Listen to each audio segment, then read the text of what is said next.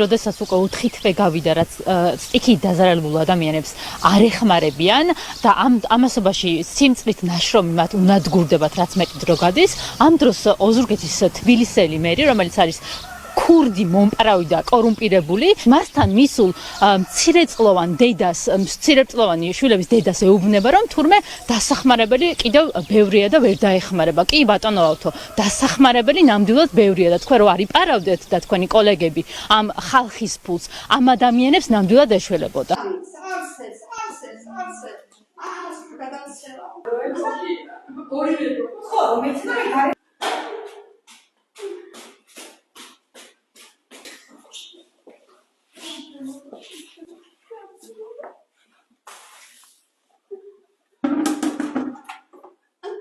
ასე გამოგავთ ოთახი მე სპეციალ აი მე ისმის ნასკინა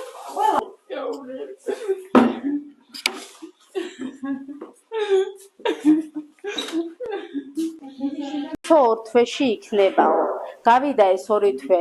გუშინ კიდე ბავშვებთან ერთად გავედი და კიდე 2 თვეს იძახო და შეიძლება 10 დღეშიც გააკეთონო, შეიძლება 2 თვე დაჭირდენო, ანუ მათი გადასაწყვეტია, უნდა გადაწყვიტონ მათო ეგრე მითხის.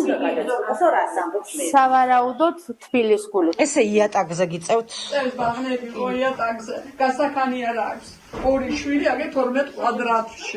ყველაფერს რო ვუხსნი, ანუ აგენმა არაფერი არ იციან. რითოლობს მე ასე არის მეტიებული და ასე ვარ გავიქ. ყველაფერი გაფუჭდა, ყველაფერი მოოხდა.